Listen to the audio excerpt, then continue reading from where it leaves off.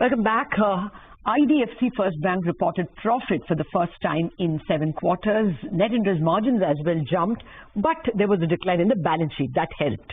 Vaidyanathan, Managing Director and CEO, IDFC FIRST Bank, joins us now.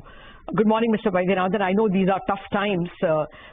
If you can just tell us what was the extent of moratorium claim, and therefore, what kind of pain are you expecting once you come to the third quarter, to the September quarter?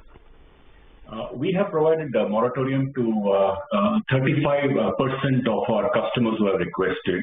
In addition to that, for certain set of customers like the rural customers or certain other category of customers, we have provided 100% moratorium because it is just not physically possible to collect from them. And in any case, it is difficult for them also to apply to us because the vernacular profile of those customers is not comfortable for applying on internet moratorium and all that. So basically, all put together, that's about 35%, plus you can take about 7 or 8%.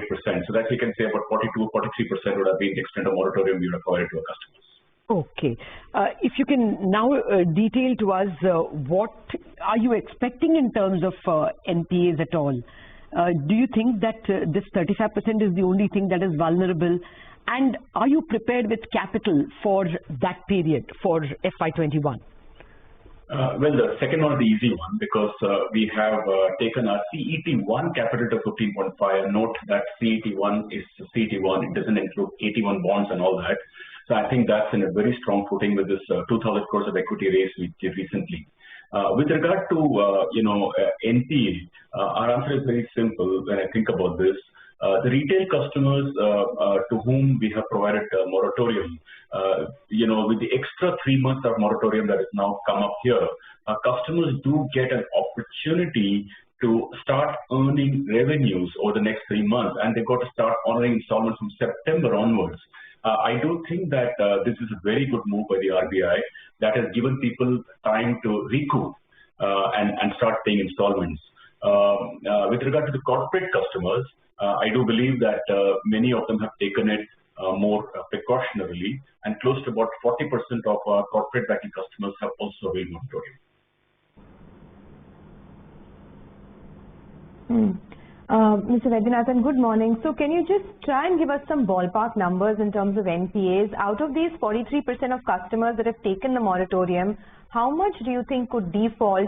And in general, this extension of the moratorium that the RBI has given out, do you think that could cause a further spike in delinquencies for your bank? And, could it really impact even the repayment culture of the bank going forward? Two things. This moratorium initially when we provided for 3 categories of people to whom we provided moratorium. One is a set of people who asked for it. The second is a set of people like rural who did not ask for it but we felt they needed it. And third is a set of people who returned their checks unpaid and to whom we suo motu provided. And then many of them recovered. The interesting thing is that, this 45 was actually close to about 50% initially, and some of those customers actually came out of moratorium even though they had the option of moratorium. So that's one thing. Your second question, if you don't mind, just repeat once. Oh, the credit culture. Yeah, so I'm just asking you the extension of the moratorium that was announced. Will it impact the credit culture? Yeah. I get that. So as far as credit culture is concerned, I think we should definitely not compare this period of dealing with the corona crisis with any past conventional theories about how giving a long moratorium to customers spoils the credit culture and all that. This is really a very exceptional situation. Think about it. How do people pay? People pay from the ability to pay.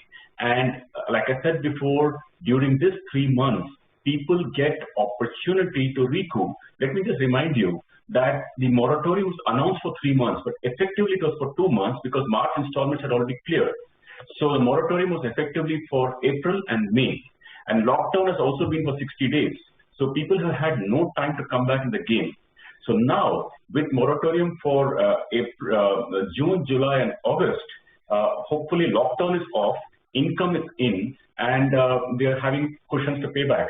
So this concept of culture, retail customers are fundamentally honest people, and once they know contractually they have to pay from September, they will hopefully keep the cash in the bank to honor it. Okay, Mr. Vaidyanathan, actually we have a lot of questions, but we also have a lot of managements waiting by. So one quick final question: deposits falling, would you worry? Have you been able to do any U-turn in the past 7 weeks of this quarter?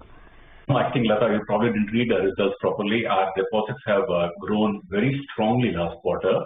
Even, we are very proud actually that through March, which was probably definitely the worst period that people could have anticipated, our deposits grew by 4,600 crores on retail. I'm happy to report to shareholders and the people who are viewing the program that our CASA percentage is now 32%, and you can see it's strongly trended upwards. Our core profit is now PPOP, pre-provisioning operating profit. Core, adjusted for treasury, subtracted treasury income, is up 70% over last year. Our retail book has now touched 61% as a percentage of the loan book. So, any which way and our infrastructure book is down 33% to 14,000 crores. I think we made very strong gains.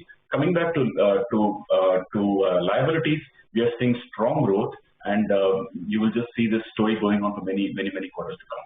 Okay.